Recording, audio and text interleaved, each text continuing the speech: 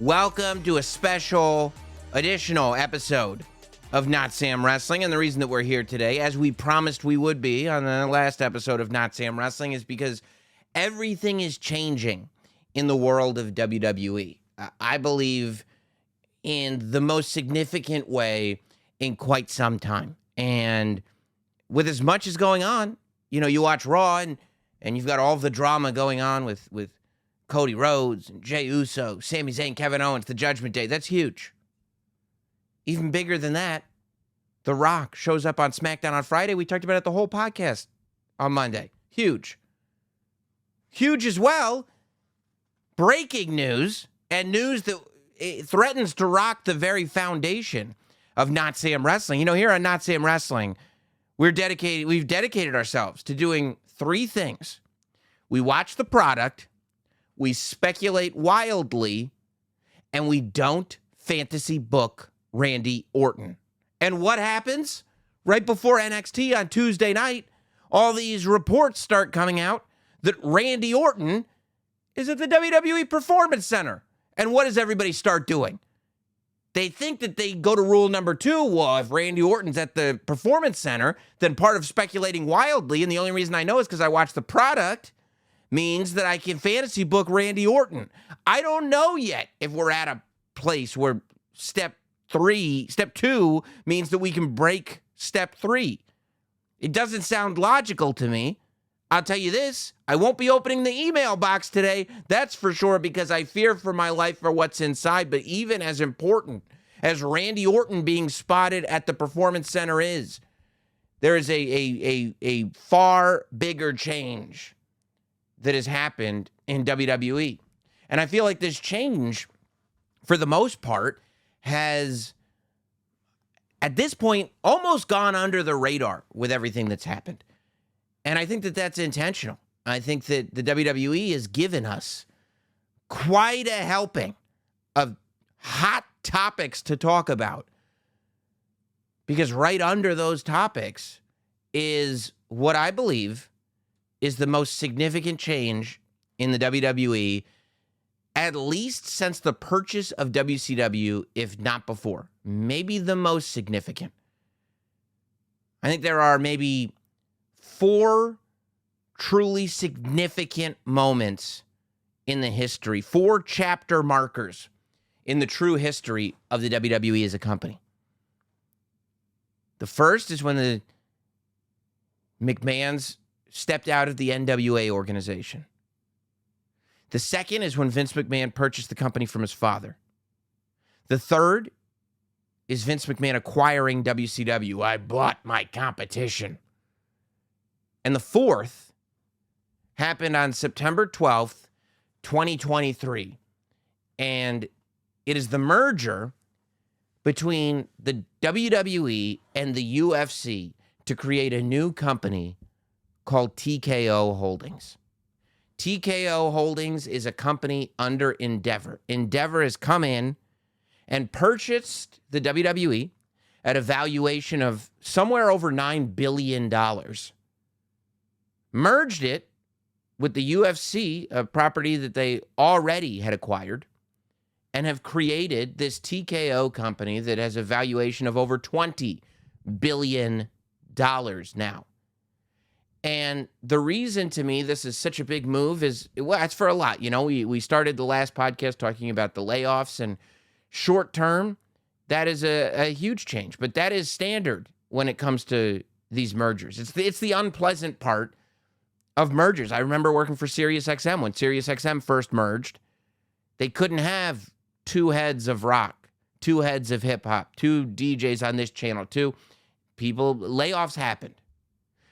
That's not what makes this one of, if not the most significant things that's ever happened to this company. What makes it so significant is, for the first time, a McMahon does not hold controlling interest over the company that runs the WWE. The WWE, while is being run day to day from a creative point by Triple H, and with a power structure that does still have Vince McMahon holding power, ultimately, The WWE is an organization under two companies. The WWE is under TKO, which is under Endeavor. And the reason that it's so significant that a McMahon is no longer holding controlling interest in the WWE or its parent company is because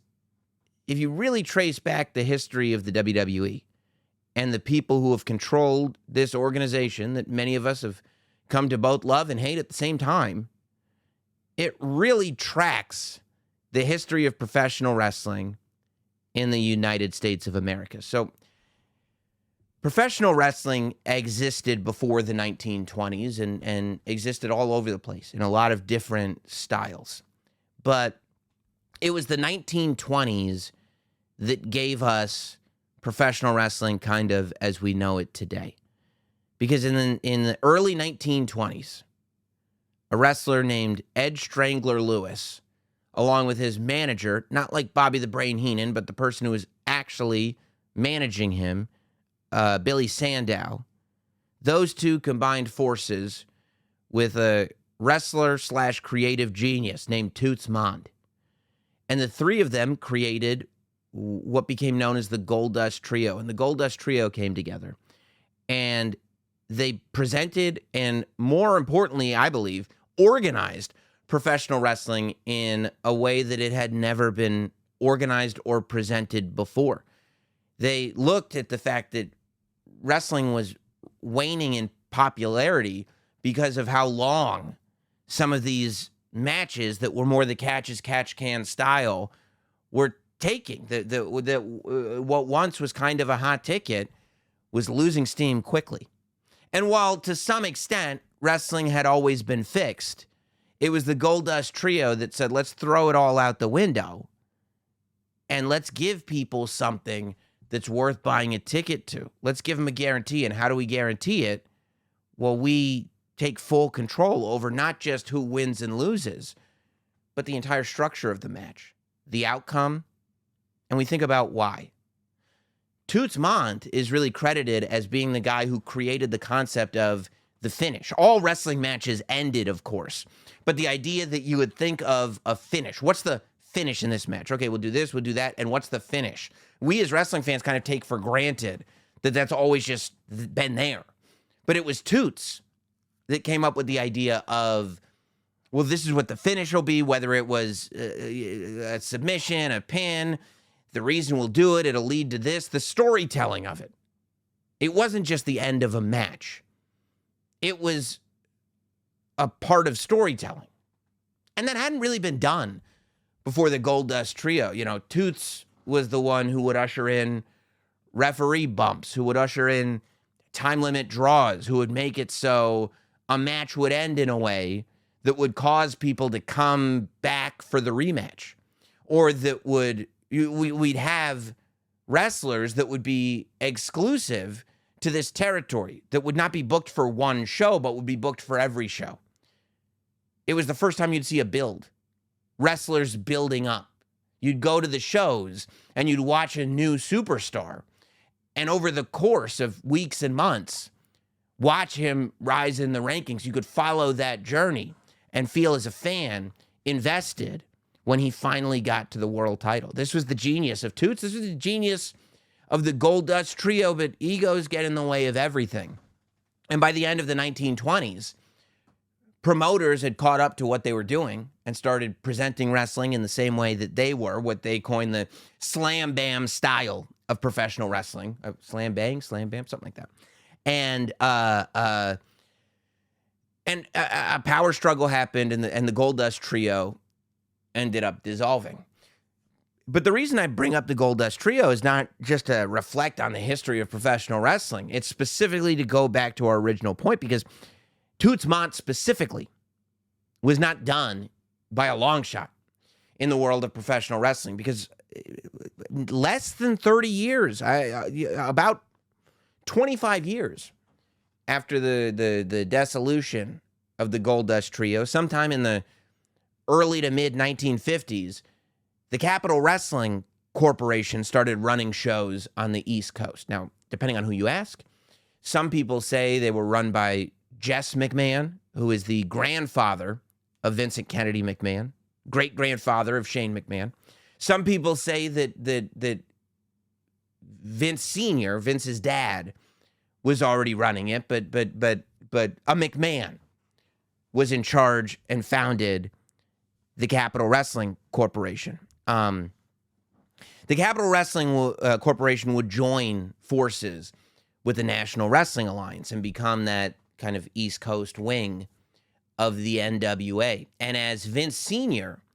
took over that company, Toots Mondt, one of the founding members of the Goldust Trio, would come in as kind of the creative of the CWC, of the Capital Wrestling Corporation. Toots Mondt was, I believe, the role that Pat Patterson would eventually find himself in when Vince Jr. would take over the company, because Vince Jr. would see his dad and see the way his dad worked with Toots Mondt. And I think, I've never asked anybody about this, but I think you could probably draw direct parallels to when Vince took over. As different as he did things, he had his own Toots, and that was Pat Patterson. But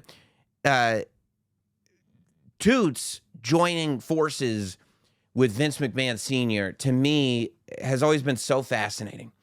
Because when you read about the Goldust Trio, you understand the parallels, that while maybe this wasn't the first professional wrestling exhibition in the United States of America, it was, in my opinion, the beginning of sports entertainment.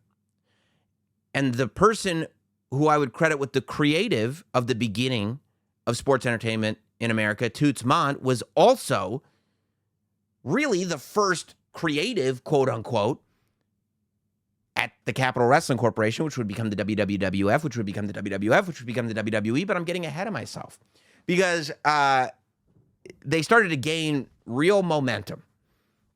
And Vince Sr. and Toots started to gain a lot of power. In 1963, the NWA started feeling like they had taken the world title hostage. Toots and Vince Sr.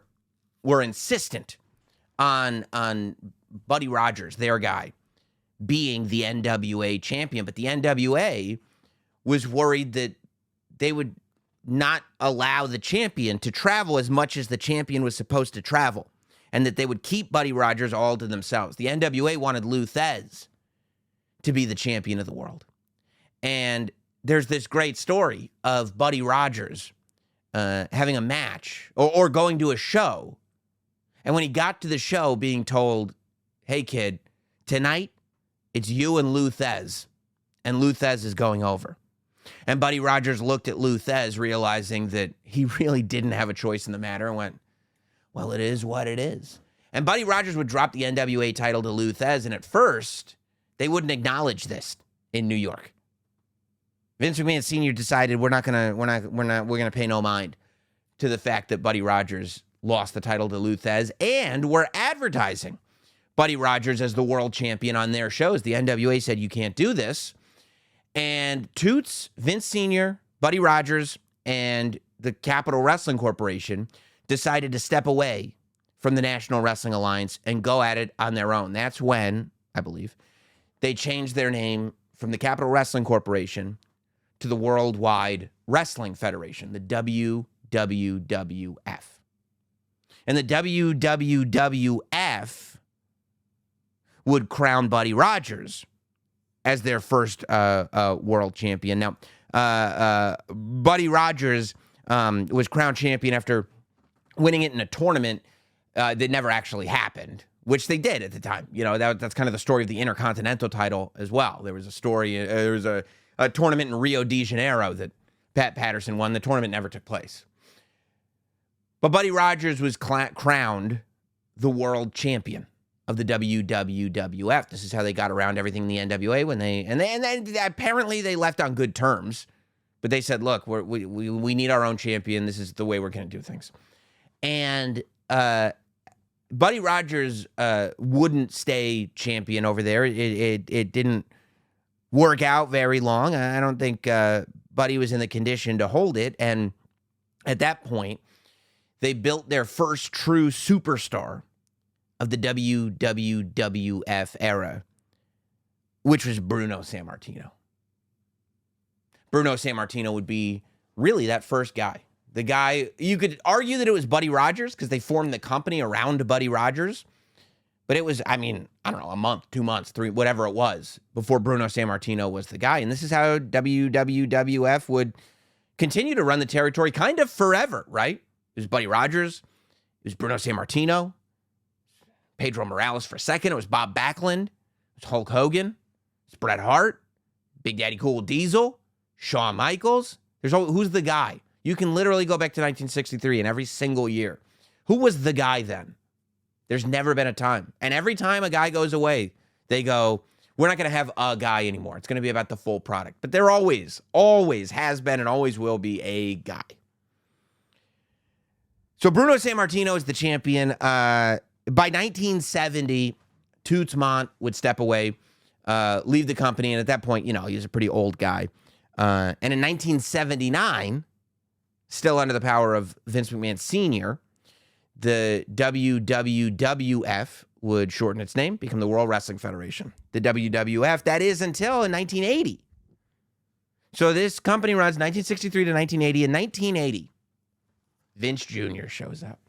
Vincent Kennedy McMahon. Now, of course, Vince Jr., Vincent Kennedy, the Vince that we know, Mr. McMahon, had been around the company, had learned so much from his father, had watched his father do business, had become a commentator under his father.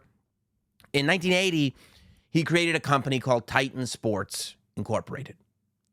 And sometime around 1982, Vincent Kennedy McMahon, Vince Jr., purchased the company from his father, who owned it alongside other shareholders, which included Gorilla Monsoon, Arnold Skaaland, and Phil Zacco is what I read.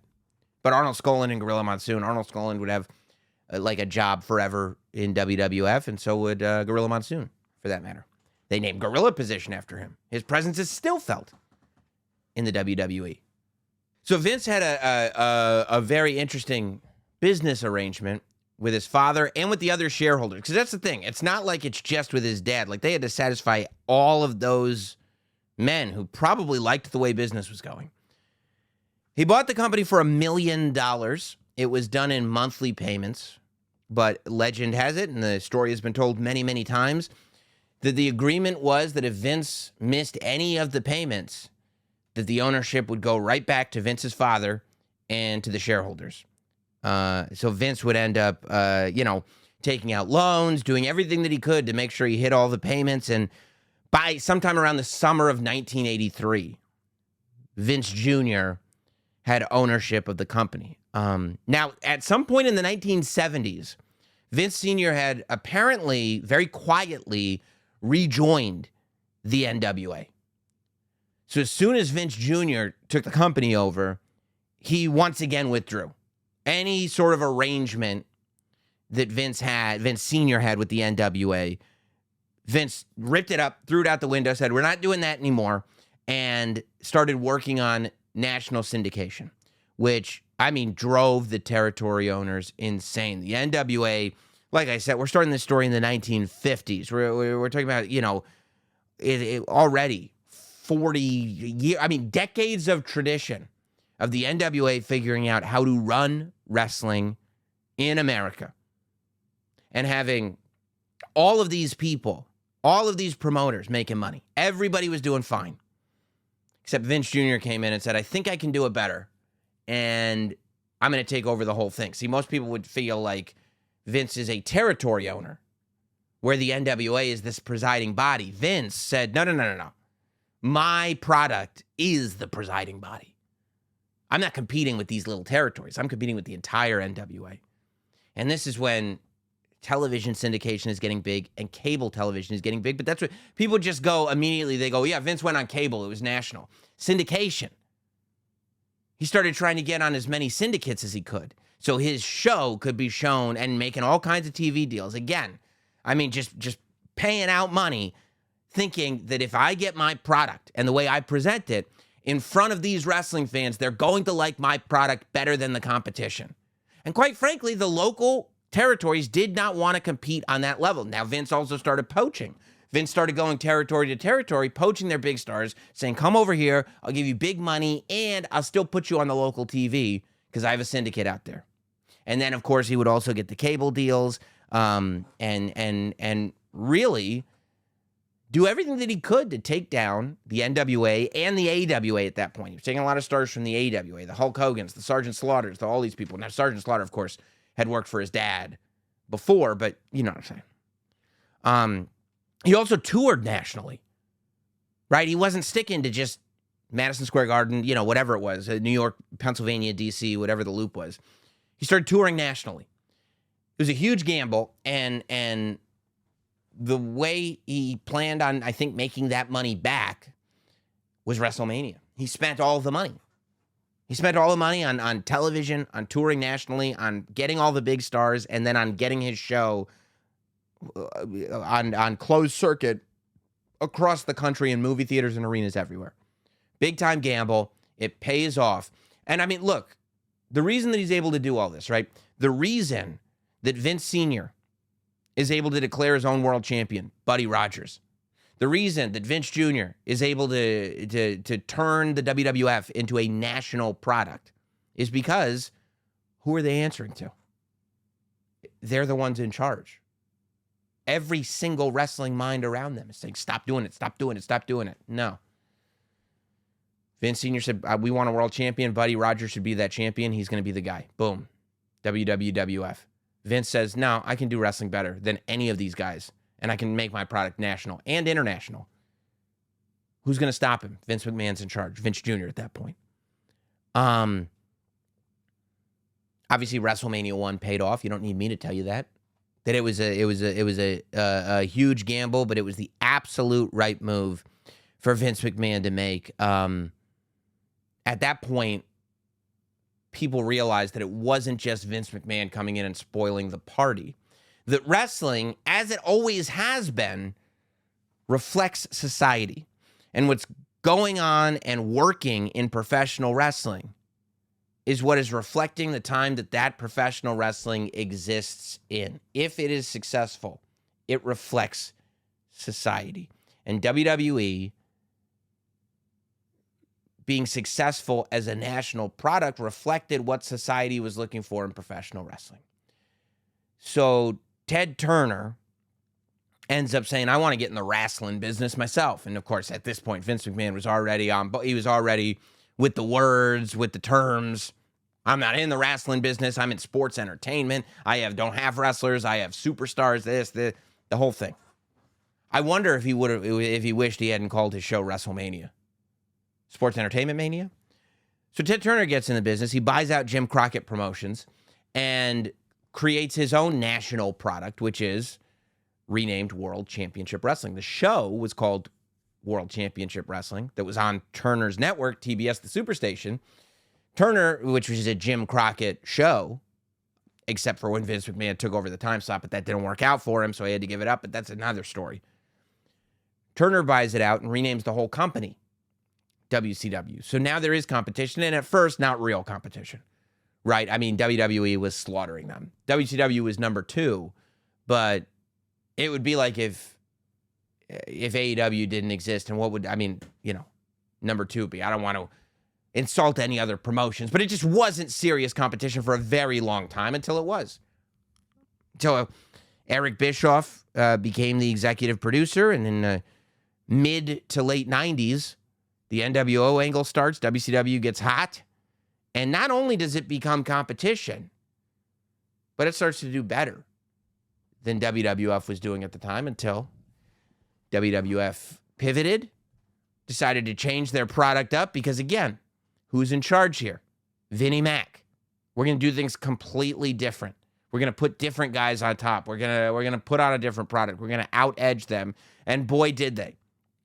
They out-edged them to the point that within a couple of years of getting slaughtered in the ratings every single week head-to-head, Vince McMahon was able to purchase his competition, WCW, for pennies on the dollar in 2001.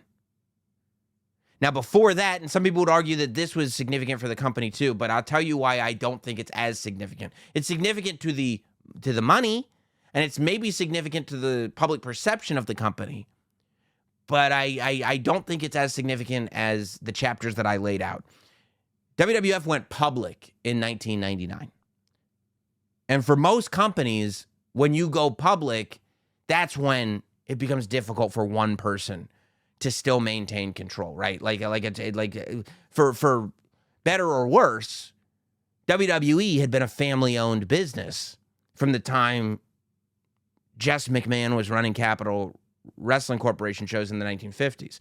In 1999, 40 years later, 50 years later, whatever, Vince McMahon takes the company public. Now all the shareholders are the owners. And I don't mean Gorilla Monsoon and Arnold Skaaland. I mean anybody. My friend Chuck bought one share. He was one of the owners of WWF at the time. However, Vince McMahon ended up with weighted shares that made it so that, of course, like any other publicly traded company, they had a board of directors. But Vince McMahon maintained all control as CEO. And as far as being on the board of directors, he had shares that made it so that his vote was the controlling vote at the table. So they went public without Vince ever actually losing full control of the company. But now we enter into a time period where Vince has gone from fighting the territories. First, he has to fight the old school way of thinking, right? When the shareholders don't want him to buy the company from his dad. Then he has to fight his competition, the territory owners. They go out of business. Then he has to fight Turner and WCW. They almost get him, but he ends up buying them for companies on the dollar. Now we get into this new era where they really are shaping everything that mainstream wrestling is. In 2002, an incredibly significant event happened. The WWF would change its name to WWE. Immediately, they would lose a lawsuit against the World Wildlife Foundation, the panda people, and WWE would change all of its name and branding. They'd let everybody know we were going to get the F out. They would not talk about WWF anymore. They would blur out the logo, and part of that is because they had to, and another part of that is because branding is important. And they wanted to pound WWE into people's heads. This is 2002. This is 20 years of people associating WWF with what professional wrestling was. And we're now in an era where they have no competition. It's just WWF or nothing. And they have to change their name. And they do, to WWE. And nowadays, they finally gotten to a place, 20 years removed from when they changed their name. And isn't it wild to realize that today, it's been just as long since WWE changed their name from WWF to WWE as it was when WWF changed their name from WWF to WWE from WWF to WWF, right? WWF changing to WWF. 20 years later, it changes to WWE. That was 20 years ago. That's how long it's been since they changed their name to WWE. And now you talk to people and they go, what's that WWE stuff? It's been effective. WWE, I don't have to tell you, over the next 20 years would reach unimaginable heights as a company.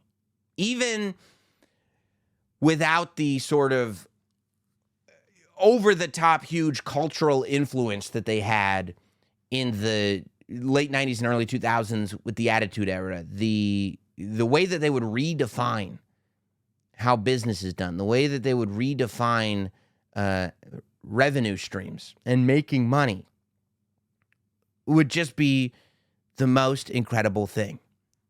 In 2022, we'd have 20 years. 2022, Vince McMahon would step down as CEO, announce his retirement, but was replaced by his daughter, Stephanie McMahon. So a McMahon did maintain control along with Vince's son-in-law, Triple H, being put in charge of WWE Creative. Of course, only a few months later, in January of 2023, Vince returned as executive chairman, while Stephanie McMahon stepped down and Nick Khan was promoted from co-CEO to sole CEO of WWE. So, of course, while Nick Khan was and is the CEO, Vince McMahon was still the executive chairman of WWE. So even if he wasn't part of the day-to-day decisions, and that's still debatable whether he was or wasn't, it's still his sandpit. We're in 2023. And at no point since the 1950s has this company not been the sandpit of a McMahon. In April of 2023, only a few months after that, it was announced the day after WrestleMania that Endeavor would acquire the WWE to merge with UFC and create a company called TKO. The new company would see Endeavor holding 51% of it, and WWE shareholders 49% of it. Vince would be left with 34% ownership and 16% voting interest. Today, as we're about a week removed from the finalization of that merger, we look at a company that has existed for over 60 years, from the Capital Wrestling Corporation to the WWWF to the WWF to the WWE. But for the very first time, right now, we're left without a McMahon family member holding controlling interest of the company. It's as huge a change, I would argue bigger than Vince McMahon buying WCW. I would say I can't imagine anything as big, maybe since Vince bought the company from his father. And this isn't stuff that we'll see this week. This isn't stuff that we'll even maybe see this year. We're already in September, right? We've only got a couple months left, but this is a turning point in history. This is going forward. This is an entirely new, unprecedented world for the WWE. It cannot be overstated what a big deal this is.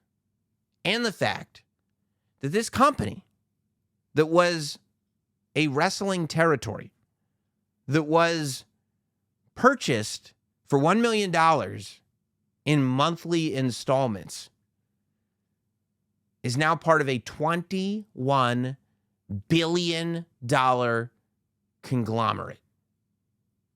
And what does all this mean?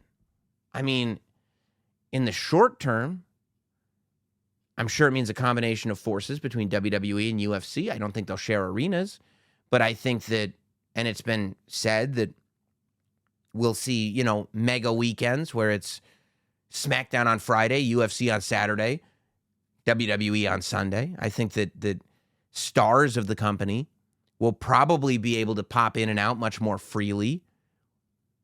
We won't have to worry so much about making sure things are cleared by this contract or that contract, because it's all serving one master.